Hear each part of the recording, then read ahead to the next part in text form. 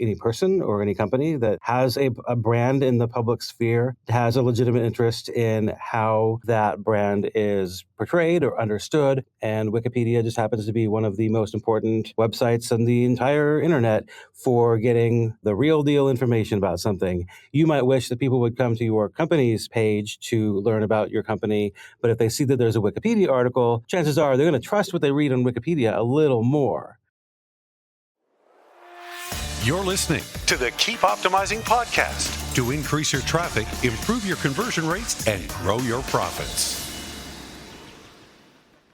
Hello and welcome. I'm Chloe Thomas, the host of this e-commerce marketing focused podcast. If you're not familiar with our format here at Keep Optimizing, well, every 5 episodes we switch our focus to a different marketing method. It could be email, it could be SEO, it could be Facebook ads or something else, and we pick up from the last time we covered it.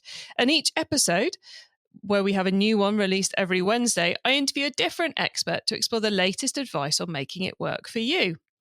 This 5 episodes are all about content marketing, which regular listeners will know we go quite far and wide with our coverage of content marketing. We could be talking SEO, blogging, PR, all sorts of things. Well, in this episode, we are talking about Wikipedia, that mysterious thing that I don't think we've ever talked about on a podcast before. Like, we may have mentioned the word, but we've never talked about it. So I was very excited when today's guest asked to come on the show and educate us all about what it takes to make amends on Wikipedia and what it takes to create a page on Wikipedia. It is both easier and harder than you think. But we'll let Bill explain all of that. Make sure you listen right to the end of the episode, because at the end of the interview, he will be sharing his quickfire insider tips, include some brilliant free resources to help you master Wikipedia. And I will be sharing my take on it all and outlining a couple of other ways we can help you improve your content marketing. So stay tuned to the end. Have you yet downloaded our ebook?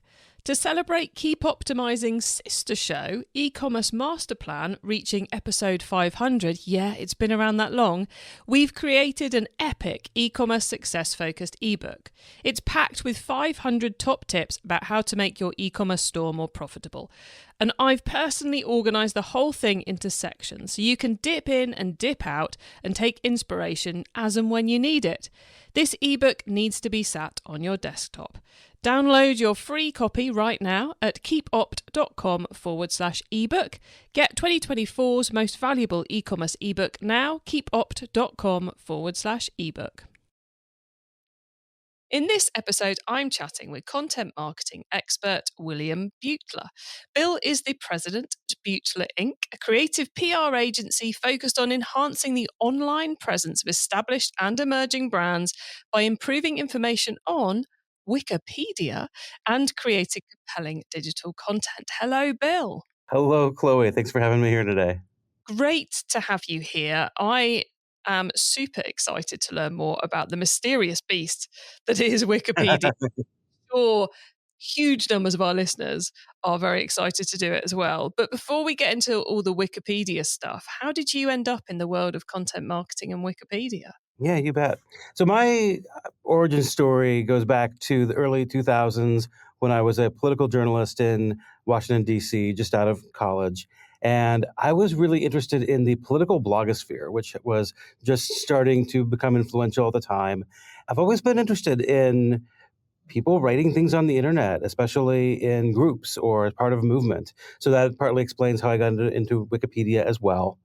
And, the big picture content marketing, which my firm, does some things besides Wikipedia, some social media, content creation, infographics became a popular thing in the mid to late 2000s. They had a whole moment.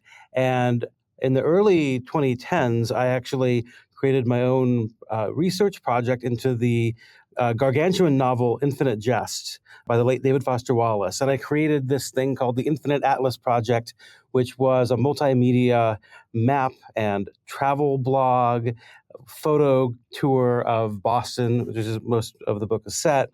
And, that helped me. I was starting my own business at that time. And the attention I got from that got the attention of some brands who hired us to, to develop, content for them. And then as far as the Wikipedia portion goes, prior to starting that agency, when I was in DC working at a public affairs firm, my boss actually asked me if I could make a change to the Wikipedia article of a friend of his who happened to be a congressman. And I had been fascinated by Wikipedia before that. There's a reason why he asked me to do it, but I hadn't really got involved. And so I thought about it. And so I didn't just make the change. Before I made the change, I went to the discussion page and I explained my rationale. And and then I went and made the change. And it turns out that was exactly the right thing to do. And so I realized, well, there's something here. Like a lot of the clients of my employer had Wikipedia articles. So I developed a service around that. And at a certain point, I wanted to do a lot more with it than my employer did. So in the nicest possible way, I quit my job and hung out my own shingle. That was in 2010. And so Wikipedia was the primary focus of my business. But, since we are talking about content marketing more broadly, we don't do as many infographics as we used to. That era of the internet has come to a close. But, we do social media and we create content along with that. So, yeah, that's sort of the origin story, I suppose. And today I have a team of 17 working on Wikipedia and content marketing, and it's a blast.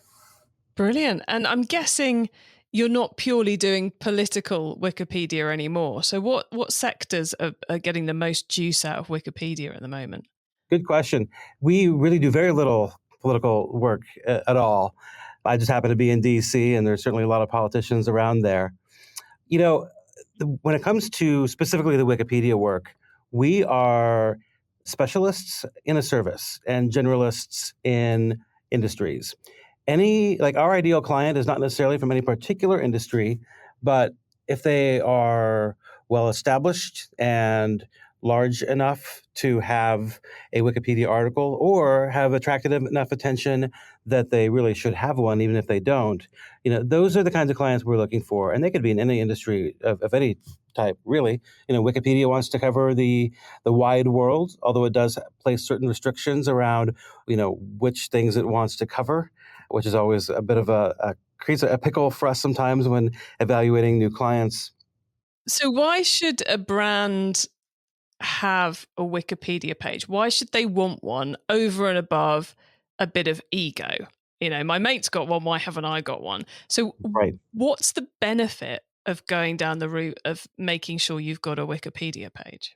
I don't want to denigrate ego. I think I would like to recognize that if any person or any company that has a brand in the public sphere has a legitimate interest in how that brand is portrayed or understood and how people learn about it. And Wikipedia just happens to be one of the most important websites on the entire internet for getting, the real deal information about something. You might wish that people would come to your company's page to learn about your company, but if they see that there's a Wikipedia article, chances are they're going to trust what they read on Wikipedia a little more.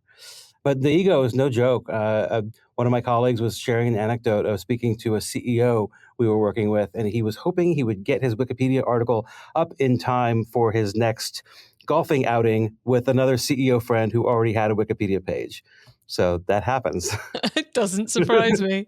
So there's a kind of like a trust piece of making sure you're in Wikipedia. Do we get SEO benefits? Is it likely to drive traffic? So it certainly can drive traffic. Wikipedia itself is one of the top 10 most trafficked websites in the world, although it tends to be topics that are themselves very prominent in the news that get most of that traffic.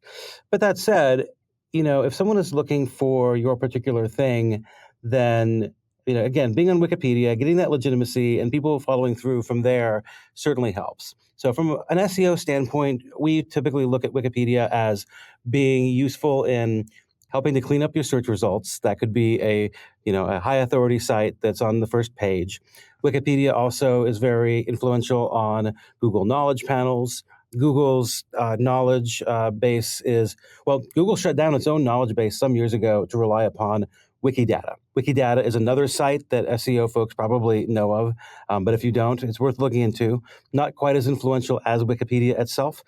Let's say you can't just create a Wikidata item and expect a Google Knowledge panel to appear, but if you create a Wikipedia page, then a Google Knowledge panel will show up. Cool. So there is definitely some SEO elements in there. And I'll be honest, I hadn't heard of Wikidata, so I'm going to have to go and have a look at that straight after this as well. It's worth knowing that many, many years ago, Wikipedia applied the no-follow tag to outbound links on the site. So they have had the experience many years ago, mostly many years ago, of marketers coming in and trying to promote themselves by adding links to their pages, and Wikipedia does not want that. Wikipedia doesn't think of itself as a marketing platform, even though it certainly can play a role in a marketing and PR strategy. So it's just worth keeping that in mind, that it is not going to increase your Google juice, as I understand the technical term is. Very worthwhile saying, and I quite like that as their strategy. We're fed up with you trying to get links for SEO, so we're just going to kill all link juice. Why not? It's not what they're there for. So, what are the reasons that you find most people come to you when they want a page? Well, yeah, once again, marketing is the main reason. Our clients are kind of split into those who want a page and they don't have one, and those who already have a page and for whatever reason it is unsatisfying to them. It could be that they're under attack by critics, or it could be just the page is neglected because they're in a particularly unsexy field that no one is motivated to work on. But for the clients who don't have a page and they come to us, there's a bit of a challenge that we have, because Wikipedia has a guideline called Notability. And the Notability guideline tries to explain which topics qualify for Wikipedia articles and which don't. And there's not like a clear-cut, bright line where, let's say you have 4 profiles of your company and that's not enough. Oh, and then you get your 5th one, bing, boom, you're set to go. It doesn't work like that. It is a qualitative and quantitative multi-part test. And the way that we will usually do it is we'll take it on as a milestone-based project. We'll write a draft first and see where we're at before we ask the client to continue, because they want to get the word out there. And a thing that the ones who don't are not going to work out as clients for us are the ones who try to promote themselves in Wikipedia first. Wikipedia is not a place to write about things for the first time. It's a place to write about things after it's already been in the news, already been covered. It can be like a great capstone on a marketing or earned media campaign. Got you. So if you're not worthy of being on there yet, then you've got a good old PR program to do first to get the coverage in the newspapers, the places of record. So then you've got a good enough case to make to create the page on Wikipedia. That's right. The test, one of the tests that we suggest is to, imagine, let's say you're a marketer or the comms person at a company that doesn't have a page but wants one.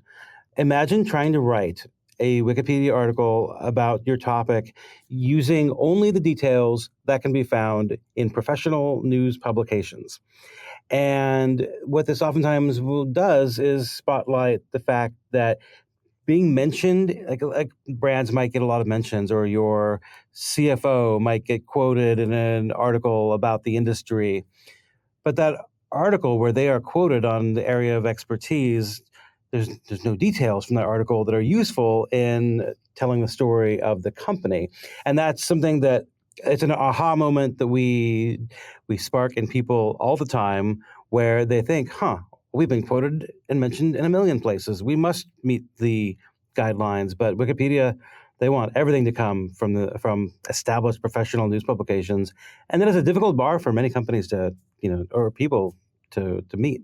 Got you. So if you can't essentially copy and paste from other places on the internet that's not your own website, then you're not there. So let's assume someone has got that bedrock in place. What's then the process for getting a page created? Can we just log into Wikipedia and create it? I assume it's more complicated than that. Yeah, Wikipedia kind of famously describes itself as the encyclopedia anyone can edit. And there should be an asterisk on that if you are engaged in any kind of self promotion type activities. And so, I mean, in theory, yeah, you could create the account, log in, create the page. There's certainly a learning curve in, how the Wikipedia processes work, but, it's not the most difficult thing ever. But folks should be aware that there is an actual project on Wikipedia that they can go through and get feedback from editors. Write a draft, submit it, see what happens. It's called Articles for Creation. So if you just Google Wikipedia Articles for Creation, you will find it. There's a button you can click and you can submit a draft. Now you still need to know all the code and know about how citations work and how to write an article that sounds like Wikipedia wants to sound, right? That's a whole separate thing, but you can then submit it to a queue for review. And here's the other one of many caveats and drawbacks is it can take months. Last I checked, there's over 1,000 articles in the Articles for Creation queue. But if you are patient, and I would say maybe 3-4 months is kind of the average. It's rarely much longer than that. Someone will come along and, like in 90% of cases, editors will say, not good enough, sorry. And they won't give a lot of feedback. Again, this is the reason why our service exists, because we help take the guesswork out of it and we'll explain what can and can't be done. But yeah, in Wikipedia, you can do it yourself, but not everybody necessarily has, the sources in order to succeed on Wikipedia. Let's talk about editing a page then. Sure. Because I know there's a lot of people who will want pages edited or are lucky enough to have had one created that maybe wouldn't have got through now, but it exists now. How do we go about getting changes made? Good question. So we always recommend creating a Wikipedia user account and stating, let's say you want to edit a page that's about, again, of a matter of some financial interest to you, which is, if it's a page of no financial interest to you and you're just personally passionate about it, go nuts. Create an article, start editing. Wikipedia doesn't have enough editors. It would be great for more people to learn. But when it is something that's of direct impact on you professionally, one should be a lot more careful. And then we say, create an account. On your user page, state your affiliation. And then every Wikipedia article has a discussion page attached to it. And on that talk page, you can post a request and you can ask for a volunteer editor to review a change. If it's a page that's pretty active, there's a good chance somebody will be along shortly to review it. But if it's a page that's not all that active, which is probably really most pages in Wikipedia, then there's a template you can use to hang a banner on it that will attract an editor. Eventually, there's also a backlog for that as well. That is the most approved way to do it. I would not want to tell you that you couldn't just occasionally log in and make a small change if you see that like a name is misspelled or a date is off. You should still come with a citation, but like realistically speaking, for very, very small edits, it's not allowed to go in and make changes to your boss's page. But if you want to make a real small change, there are worse things that one could do. I would just say, if you think you're going to do more of it, Wikipedia editors will detect a pattern. And if there's a pattern of self-interested edits on a particular article, they'll get wise to it and they'll come, give you a talking to. So if you can have the patience to wait for an editor to review it and take the time to kind of learn about how Wikipedia's processes work, how their content guidelines work, you can be a lot more successful if you kind of take that long view and consider yourself in a dialogue with the Wikipedia community. It's interesting because it's infinitely possible to do it, but if you don't know the right way to do these things, then you're going to A, fail, and B, potentially annoy the people who you should have asked in the first place. Yeah, that's totally right. It's quite a lot to lose by getting it wrong first time. That's right. This is why I don't advise going in and making direct changes, even though I acknowledge, if it's a real small thing and that just seems like it's a lot more simple, I understand why people do that. So once it's done, should we be keeping an eye on it? Should we be trying to create a second page? What happens once we've kind of scratched that initial itch? What's the next stage in our Wikipedia strategy? Certainly do recommend monitoring your Wikipedia article. if you have created a Wikipedia user account, you can create a watch list. However, you have to go back to Wikipedia to log in to it. And so it's a bit of a challenge. My company, we've actually developed our own in-house software that we use for monitoring pages, and we have a lot of pages to monitor. It's called WikiWatch, and we will get an email with a little AI-generated summary of what happened, so we kind of have a quick idea of what happened on the page, and then we can go investigate further if we need to. We are going to be releasing a freemium version probably early next year. So I won't push it too hard, but it's hard. Yeah, this is one reason why we're working on this problem, because Wikipedia's own watch list software is not that great. It's all right if you're logging in every day because you're an editor. Yes, that's what they're designed for. Yeah, but not so great if you're hoping that someone hasn't put an error on your page. That is why our software is designed with the brand manager in mind. And no surprise, Wikipedia thinks of itself as a global education NGO. That is what they are. They are not a social network, although, of course, many considerations that apply to Facebook, to Meta, to X do apply to Wikipedia, especially legally.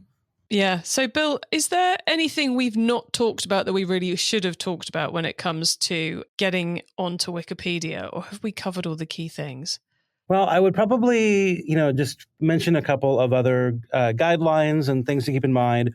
We've talked about the notability guideline, that is the threshold, or establishes the framework for determining the threshold of whether your topic is wiki-worthy or not.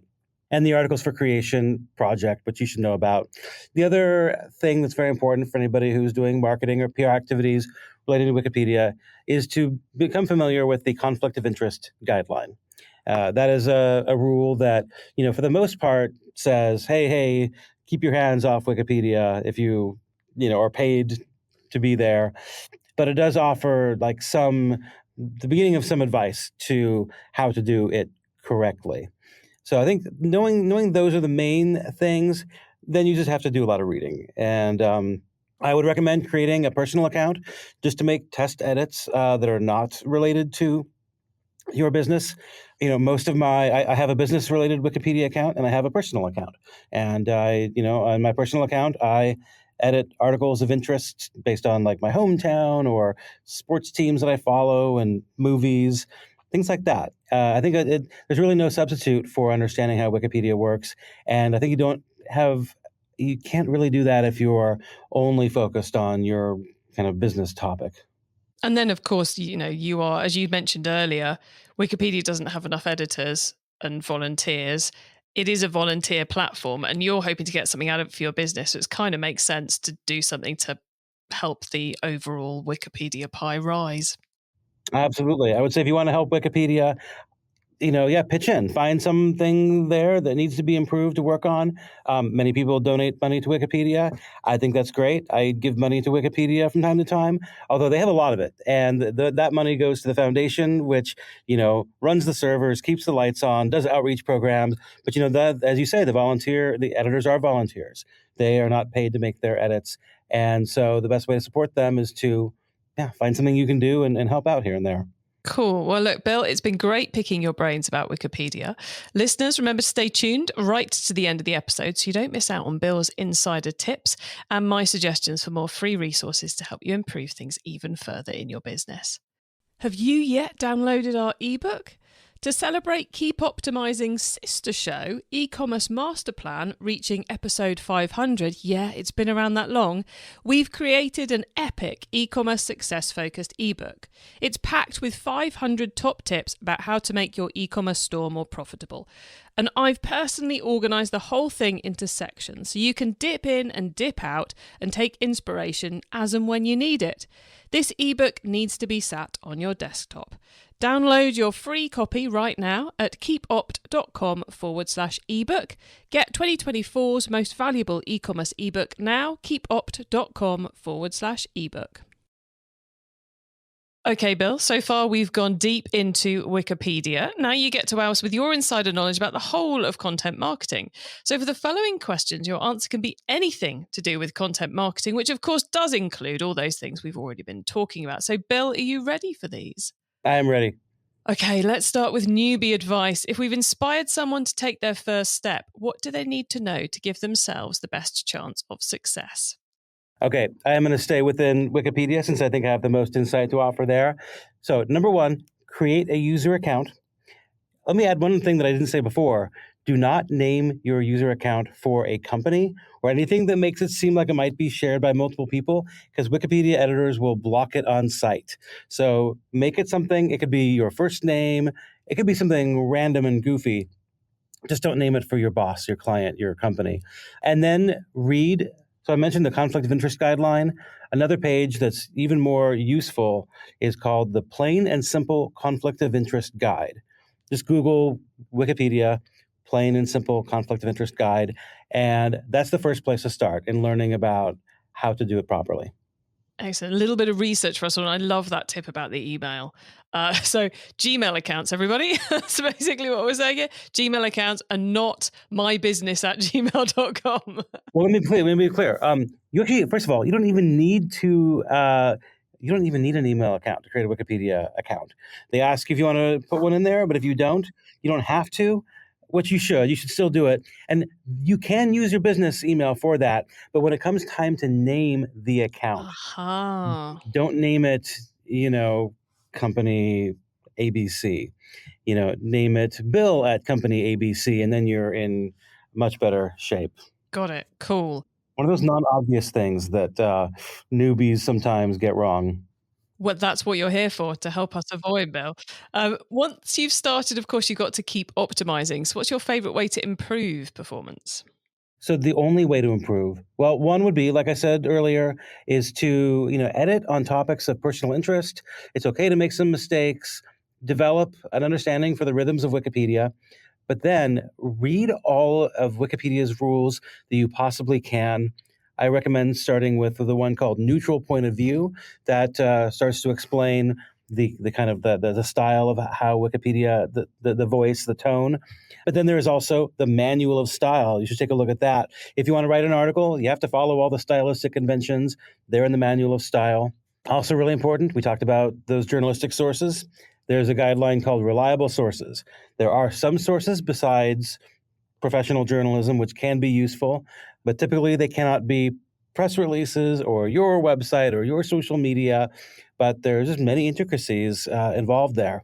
So I recommend reading all of those guidelines. In the early years, I would just take weekends when I was young, single, and doing nothing better. I would just read Wikipedia guidelines for hours and hours and hours, and hey, it paid off. It certainly did. If someone listening wants to learn more, is there a cheap or free resource you would recommend? I do. I have two. One is going to be on this topic specifically of how to interact with Wikipedia if you have a conflict of interest. And so there's an ebook that's available for free that I wrote some years ago, but it's still very applicable. It is called Wikipedia and the Communications Professional, a primer. So if you Google Wikipedia and the Communications Professional, you will find it either via my website, my company's website, or perhaps the Institute for PR, which had co-released it some years ago. So that's a fixed resource. If you want to learn more about Wikipedia on an ongoing basis, I actually write a newsletter for my company. And so the newsletter is called WikiWise. If you just Google WikiWise newsletter, you will find it, but it's also available at beutlerinc.com/WikiWise. Excellent. There you go, everyone. A couple of excellent resources for you to go and grab. Finally, it's crystal ball time. What's coming up in the next 12 months, 6 to 12 months even, that we should be getting ready for? That's really interesting. And then we get this question a lot because, gosh, Wikipedia's been around for so long. It is what it is in a sense. And, so no question, AI continues to be a major discussion around Wikipedia. There are good things about it, bad things about it. But I'm going to steer my prediction back over to the kind of paid editing side of things. I think that this coming year may be a year where there is more discussion about the topic. I say the topic, I mean the topic of PR and marketing on Wikipedia, because we're actually at a 10-year point. Back in 2014, I had worked with several of the top global PR firms to create an open letter to Wikipedia saying, "Hey there, we realize we didn't always get you right, but we want to follow the rules," and we got a lot of attention for it. And that, I think, brought a lot of awareness to people who worked in PR and marketing. The Wikipedia could be interacted with in there was a right way, and Wikipedia editors around that time were developing some of these tools for reviewing edit requests. But over time, new people have come into the industry who were not around at that point in time. And I think Wikipedia editors haven't heard from, the Marcom industry, if we want to call it that, about, Wikipedia. So I think it's likely that the topic is going to come back around again. Maybe that is wishful thinking on my part, but I just think it's time for that conversation to happen again in a more public way. Oh, that is a good one. We will be watching to see what happens. The it's like the opposing forces coming together to work on something together. It's very cool. Love that idea. Bill, we've almost reached the end of the show, which means it's time for me to ask you to please let the listeners know how they can get in touch with you and your business.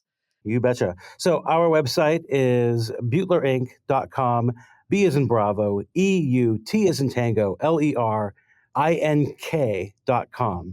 Sometimes people might mistake us for being a tattoo shop, but that's not the case. As a company that does both creative and writing, ink was always something that we thought would be a fun way to describe us. Anyway, beutlerinc.com is the website. That WikiWise newsletter, again, is at beutlerinc.com/WikiWise. And then, back to content marketing, a thing we've been doing more recently is this year we finally got on TikTok. Perhaps just in time for it to go away.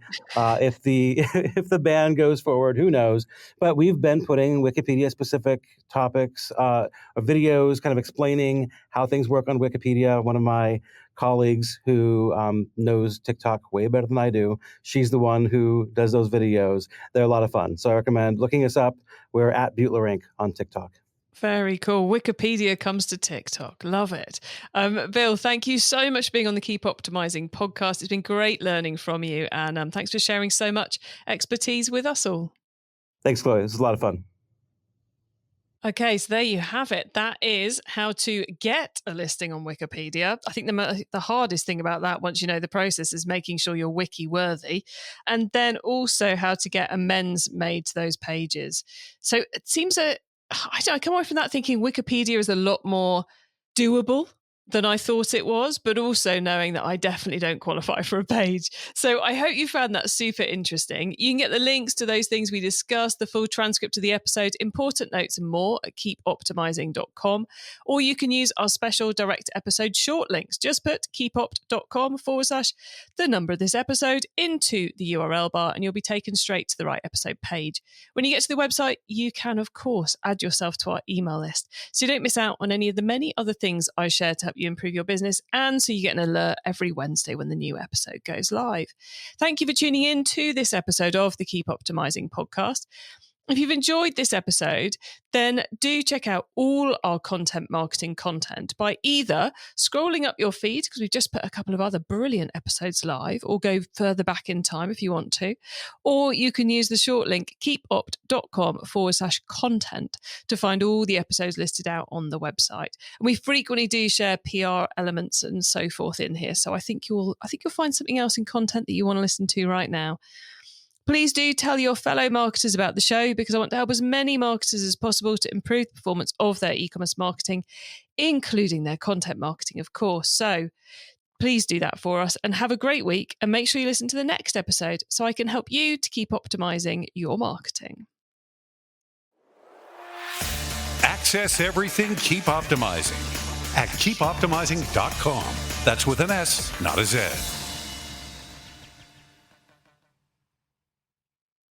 It's time to download the 500 top tips to make your e-commerce business more profitable ebook.